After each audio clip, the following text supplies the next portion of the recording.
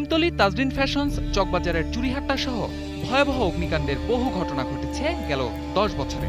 আগুনে পুড়ে প্রাণহানি প্রায় ১,৫০০ আর পঙ্গুত্ব বরণ করে দুর্বিষহ আগুনের স্মৃতি বয়ে বেড়াচ্ছেন অনেকেই।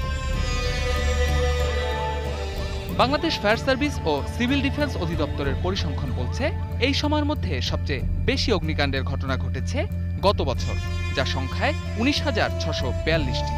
আর গত 10 বছরে আগুনে সবচেয়ে বেশি হতাহতের ঘটনা ঘটে ২০১১ সালে। সে বছর ৩৬৫ জনের করুণ মৃত্যু হয় অগ্নিকাণ্ডের ঘটনায়। গত 10 বছরের মধ্যে সবচেয়ে বড় অগ্নিকাণ্ডের ঘটনা ঘটে ২০১০ সালে পুরান ঢাকার নিমতলীতে। আবাসিক এলাকায় কেমিক্যাল আর দাহ্য পদার্থের উপস্থিতিতে সেই আগুনকে তীব্র করে তুলেছিল।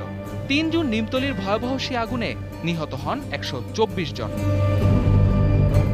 এরপর ২০১২ সালের ২৪ নভেম্বর সাভারের আশুলিয়ার তাজরিন ফ্যাশনস নামের একটি গার্মেন্টসে ভয়াবহ আগুন লাগে, যে আগুনে প্রাণ হারান ১১১ জন পোশাক কর্মী।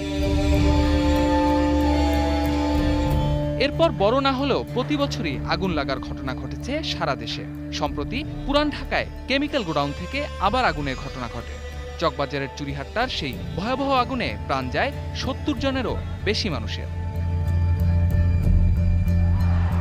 ফায়ার সার্ভিসের তথ্য বলছে, বিদ্যুতের শর্ট সার্কিট থেকেই আগুন লাগার ঘটনাই বেশি। আগুনের ঝুঁকি কমাতে রাজধানী ঢাকাতে সংশ্লিষ্ট কর্তৃপক্ষ সর্বোচ্চ সতর্ক থাকলেও এখানেই আগুনের ঘটনা সবচেয়ে বেশি ঘটে, যার সবশেষ উদাহরণ বনানীর এফআর টাওয়ার। শফিকুল হক, এটিএন নিউজ, ঢাকা।